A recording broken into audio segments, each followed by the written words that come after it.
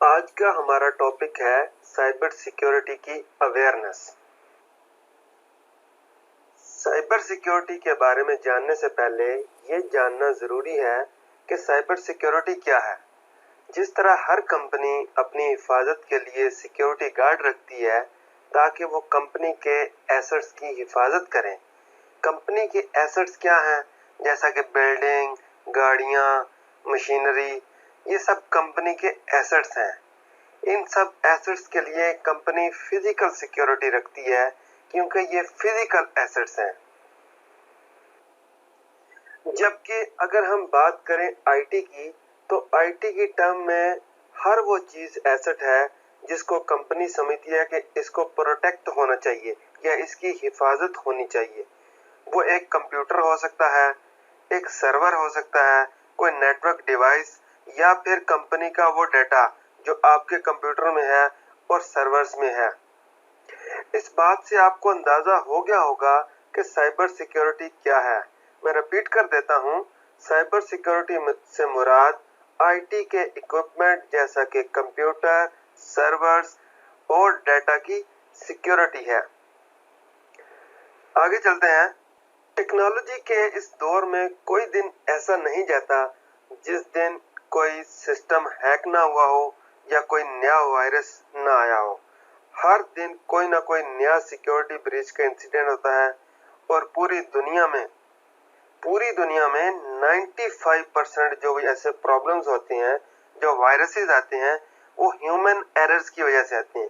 Human errors क्या है? वो गलतियां जो एक यूजर करता है, वो मैं भी हो सकता हूँ, आप भी हो सकते हैं। जो यूजर्स गलतियां करते हैं, इनकी वजह से ये 95% प्रॉब्लम आते हैं। अब यहाँ से आप हिसाब लगा लें कि हम कंप्यूटर्स को प्रोटेक्ट करने के लिए एंटीवायरसेस इंस्टॉल करते हैं, फायरवॉल्स इंस्टॉल करते हैं, यानी कि उनकी वजह से इतना प्रॉब्लम नहीं है। जो भी मेन फेलियर हुए हैं आज तक दुनिया में, ये रिसर्च कह रही है, ये कोई मेरा नंबर नहीं है। 95% के दुनिया में 95% सिर्फ यूजर की नेग्लिजेंस की वजह से, यूजर की गलती की वजह से ये प्रॉब्लम होते हैं। इससे हम इस बात का अंदाजा लगा सकते हैं कि अगर हम अपने यूजर की प्रॉपर ट्रेनिंग करवाएं और उन्हें साइबर सिक्योरिटी की अवेयरनेस दें तो हम तकरीबन 100% सिक्योर हो सकते हैं। क्या आप जानते हैं कि वायरस का सबसे बड़ा सोर्स ईमेल है, जिसमें यूजर का एक गलत क्लिक कंपनी का पूरा नेटवर्क इन्फेक्टेड कर सकता है। इसलिए अगर हम ईमेल को ओपन करते वक्त थोड़ा सा एक्स्ट्रा केयरफुल हो जाएं, तो हम बहुत सारे वायरस अटैक से महफूज रह सकते हैं। अब बात करते हैं कि वो कौन सी चीजें हैं जिनका ख्याल रख के हम अपने आप को और कंपनी के डेटा को और कंपनी के आईटी एसेट्स को महफूज बना सकते हैं। अटैकर्स या हैकर्स जो ईमेल आपको स्पैम में सेंड करते हैं, उसमें उनके दो मकासद हो सकते हैं। नंबर 1, उस ईमेल के अंदर या तो उन्होंने कोई ऐसा लिंक आपको सेंड किया होगा जिसके ऊपर क्लिक करने के लिए वो आपको ईमेल के अंदर कहेंगे, जैसा कि वो आपसे कह सकते हैं कि your email quota is full, click here to request admin. ठीक है। या फिर जैसा कि आप अपनी स्क्रीन के ऊपर देख सकते हैं कि पेपाल अकाउंट की तरफ से ईमेल आ रही है यूजर को, जिसके अंदर लिखा हुआ है कि log in here to update your information. Basically attacker ये चाहता है कि आप इस लिंक के ऊपर क्लिक करके एक्चुअल जो अपना यूजर नेम है वो एंटर करें और वो आपकी इंफॉर्मेशन हैक करें। ईमेल आ जाने तक, आपके इनबॉक्स में आने तक, अभी तक आपके सिस्टम में कोई किसी किस्म की प्रॉब्लम नहीं हुई। आपके सिस्टम में ईमेल आ जाना बड़ी बात नहीं है। लेकिन ईमेल के बाद जब वो इस ईमेल को आप देखते हैं, ठीक है, उसके अंदर पहले नंबर पे अगर आप पेपॉल वाली ईमेल देखते हैं तो क्या लिखा हुआ है? हाय पेपाल यूजर। जब भी ऐसी कंपनी जिसके आप कस्टमर हैं वो आपको इस तरह से क्यों पेपाल यूजर क्यों कहेगी? अगर मेरे नाम पे मुझे ईमेल सेंड कर रही हैं तो वो मुझे कहेंगे हेलो वकास। ठीक है, वो मुझे हेलो यूजर क्यों कहेंगे? ठीक है, ये एक पहला साइन है कि वो ये ईमेल जो है ये स्पैम है, ये फिशिंग अटैक है। तो पहले नंबर पे ऐसे किसी ईमेल के ऊपर आपने जो लिंक के ऊपर क्लिक करने के लिए कहा जाए, चाहे वो पासवर्ड चेंज के लिए हो, ठीक है, या वो किसी ऐसी एक्टिविटी के लिए हो। ये भी हो सकता है कि समटाइम आपके बैंक की तरफ से आपको ईमेल आती है कि आपका अकाउंट जो है उसको डिफरेंट जगह से लॉगिन करने की कोशिश की गई है, काइंडली आप जो है अपना पासवर्ड चेंज कर लें यहाँ क्लिक करके। अभी तक आपका पासवर्ड किसी ने यूज नहीं किया होगा, वो हैक नहीं हुआ होगा, लेकिन जब आप उसके ऊपर क्लिक करके आप अपनी इंफॉर्मेशन दे देंगे पासवर्ड चेंज करने के लिए, तो बेसिकली उस वक्त हैकर जो है आपकी इंफॉर्मेशन स्टील करता है और उसको फिर मिस यूज करके आपके अकाउंट को हैक कर लेता है। दूसरी साइड पे अगर आप दूसरी ईमेल चेक करें, साथ वाली डियर जेम्स वाली, ठीक है, इसके अंदर भी क्या कहा हुआ है कि आपकी सिक्योरिटी की जो है वो एक्सपायर हो गई है और आप यहाँ पे क्लिक करके आप अपनी सिक्योरिटी की को रीएक्टिवेट कर सकते हैं। और नीचे भी कुछ छोटे छोटे लिंक दिए हुए हैं, जैसे reply, not interested, view LinkedIn profile. इनमें से आपने इवन नॉट इंटरेस्टेड के लिंक पे क्लिक भी नहीं करना, किसी लिंक पर क्लिक नहीं करना, क्योंकि हर लिंक के ऊपर उसने कोई ना कोई कोड दिया होगा, मलिशियस कोड दिया होगा, जिससे वो आपके सिस्टम की एक्सेस गेन कर सकता है। ठीक है, और इस लिंक के अंदर ऐसे कोड लिखे होते हैं जिसके अंदर आप यानी कि जब भी आप कोई सॉफ्टवेयर इंस्टॉल करते हैं या कोई इंस्टॉलेशन करते हैं तो एक एग्रीमेंट आता है। जैसे आपने मोबाइल के अंदर कोई एप्लीकेशन इंस्टॉल करें तो वो आपसे परमिशन मांगता है कि हम आपके सिस्टम को एक्सेस करेंगे, यानी कि आपके मोबाइल के स्टोरेज को एक्सेस कर सकते हैं, आपकी फाइल्स को एक्सेस कर सकते हैं, ठीक है, आपके कैमरा को एक्सेस करेंगे, लोकेशन एक्सेस कर सकते हैं। जो भी आप एप्लीकेशन इंस्टॉल करें, हर एक एप्लीकेशन की डिफरेंट रिक्वायरमेंट्स होती हैं।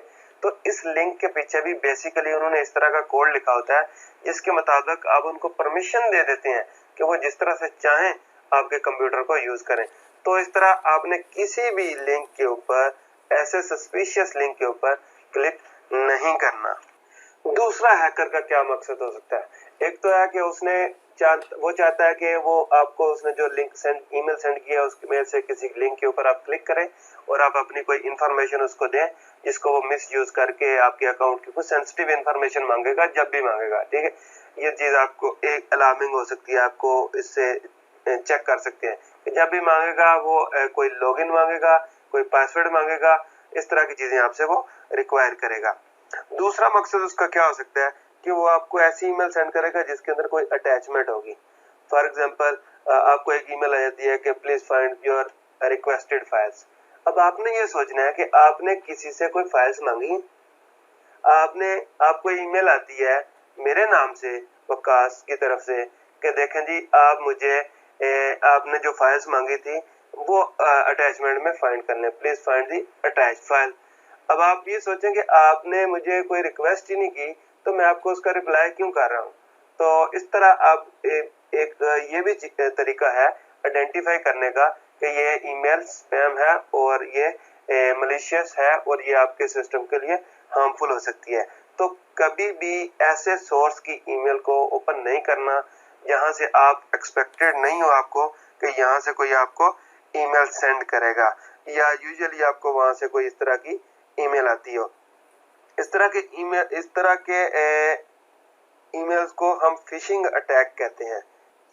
और अगर आपको जो ईमेल मिली है उसमें आपके किसी जानने वाले का नाम लिखा हो स्टार्ट में, तो उसमें आप नोटिस करेंगे कि जो नाम तो है वो आपके किसी दोस्त का हो सकता है, मेरा हो सकता है जी फॉर एग्जांपल, ठीक है, किसी कोलीग का हो सकता है, कोवर्कर का हो सकता है। आगे ईमेल जब आप देखेंगे तो ईमेल डेफिनेटली कुछ डिफरेंट होगा।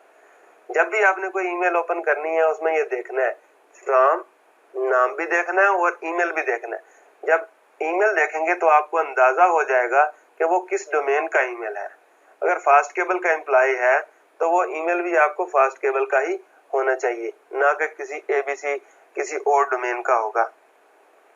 तो बेसिकली ये अटैकर्स करते क्या हैं, आपका वो या मेरा, हम सबका डेटा वो इकट्ठा जो करते हैं उसके लिए हम टर्म यूज करते हैं सोशल इंजीनियरिंग। हमारा बहुत सारा डाटा ऐसा होता है जो पब्लिक होता है। फेसबुक के ऊपर हमारी ईमेल की डिटेल मौजूद होती है, हमारे फोन नंबर मौजूद होते हैं, ठीक है, हमारे फ्रेंड लिस्ट से पता चल जाता है कि कौन कौन हमारे फ्रेंड्स हैं। इसी तरह हमारी प्रोफाइल के बारे में लिंक्डइन पे काफ़ी सारी इंफॉर्मेशन हमने डाली होती है, उससे हमारे एक्सपीरियंस और डेजिग्नेशन वगैरह के बारे में भी इंफॉर्मेशन मौजूद होती है। यहाँ से ये अटैकर ये इंफॉर्मेशन कलेक्ट करते हैं और जो आपका शुरू में नाम लिखा होता है उसको यूज करते हैं और स्पैमिंग के लिए ये स्पूफ करके आगे अपना ईमेल सर्वर यूज कर रहे होते हैं। अगर मैं इसको कंक्लूड करूं तो हम ये कह सकते हैं कि जब तक आपको 100% श्योर ना हो जाए कि ये बिल्कुल सही ईमेल है और जिस सेंडर से आनी थी उसी से आ रही है, तो ऐसे ईमेल के किसी लिंक के ऊपर या अटैचमेंट पर क्लिक ना करें और ऐसी ईमेल्स के बारे में फौरन से आप आईटी डिपार्टमेंट को इन्फॉर्म करें। ऐसी ईमेल को आइडेंटिफाई करने के लिए मैंने आपको डिफरेंट तरीके बताए हैं, उसको दोबारा से रिपीट कर देता हूँ। एक तो आपने देखना फ्रॉम कहाँ से आ रही है वो ईमेल, दूसरा फ्रॉम की डोमेन कहाँ से आ रही है, डोमेन भी वही होनी चाहिए जो उस यूजर की कंपनी है। तीसरे नंबर पे टू में चेक करें, टू में बहुत सारी जगह पे स्पैम्स के अंदर टू में आपका ईमेल नहीं होगा, अनडिस्क्लोज रेसिपिएंट भी हो सकता है। और अगर उसने सोशल इंजीनियरिंग की होगी, आपका इंफॉर्मेशन ली होगी किसी सोर्स से, तो देन आपका वहां पे ईमेल भी हो सकता है। दूसरे नंबर पे उसकी ईमेल डोमेन और नीचे जो लिंक दिए होंगे उनमें तजाद आएगा। और तीसरे नंबर पे और चौथे नंबर पे कि वो आपसे या तो लिंक के ऊपर क्लिक करने के लिए बोलेगा या आपको अटैचमेंट ओपन करने के लिए बोलेगा। ऐसी ईमेल्स को फिल फॉर आपने नोटिस करना है। अगर समझ में आ जाए तो उसको फौरन से डिलीट कर दें।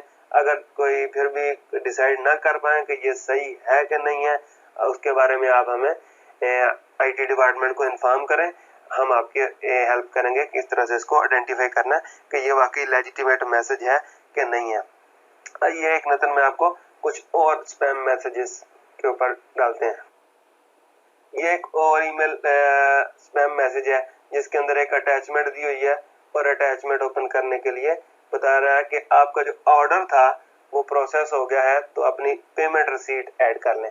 ऐसी सूरत में क्या आपको फौरन से सोचना चाहिए इस बारे में कि आपने क्या कोई ऑर्डर किया है। अगर आपने कोई ऑर्डर किया ही नहीं तो आपको ऐसी ईमेल क्यों आएगी ऑर्डर की। तो इस बात से आपको अंदाजा लगा लेना है कि जब आपने ऑर्डर ही नहीं किया तो ये 110% एक स्पैम ईमेल है। एक और आपको कोरोना वायरस के बारे में मेल आ रही है कि उसके बारे में आप इंफॉर्मेशन आपको दी जा रही है जी, अप टू डेट रहने के लिए इस लिंक के ऊपर क्लिक करें। फिर देखा आ जाके बात यहीं पे खत्म होनी है, इस लिंक पे क्लिक करें या ये अटैचमेंट ओपन करें। इन दो चीजों का अगर आपने खास ख्याल रख लिया, ठीक है, और टू और फ्रॉम के ऊपर थोड़ा सा ध्यान दे दिया कि टू का नाम, फ्रॉम का नेम क्या है और फ्रॉम की डोमेन क्या है, अटैचमेंट है, अटैचमेंट ओपन करने के लिए बोल रहा है कि नहीं, लिंक के ऊपर क्लिक करने के लिए कोई उसके अंदर लिखा हुआ है, और इसके साथ साथ कि ये क्या आपकी जो एक्टिविटी रिसेंटली हुई है उससे इसका कोई लिंक है या नहीं है। आपने ऑर्डर किया है जिसकी आपको रिसीट आ रही है, क्या आपने बैंक ट्रांजैक्शन की है, क्या आपको उसी बैंक से ईमेल आ रही है जिस बैंक में आपका अकाउंट है, या किसी एबीसी और कंपनी की तरफ से ईमेल आ रही है। बहुत सी जगह पे आपको DHL और TCS और इस तरह के कोरियर के नाम से आते हैं कि आपकी शिपमेंट रिसीव होगी है, आप यहाँ से ट्रैक कर सकते हैं। भाई आपने इस वक्त खास ख्याल रखना है कि जब आपने कोई शिपमेंट भेजी ही नहीं तो उसको ट्रेसिंग के लिए, उसकी ट्रैकिंग के लिए आपको ईमेल क्यों आएगी। ये तो था आज का हमारा सेशन साइबर सिक्योरिटी के हवाले से। अगर आप लोगों के कोई क्वेश्चंस हों तो आप हैंड रेज कर सकते हैं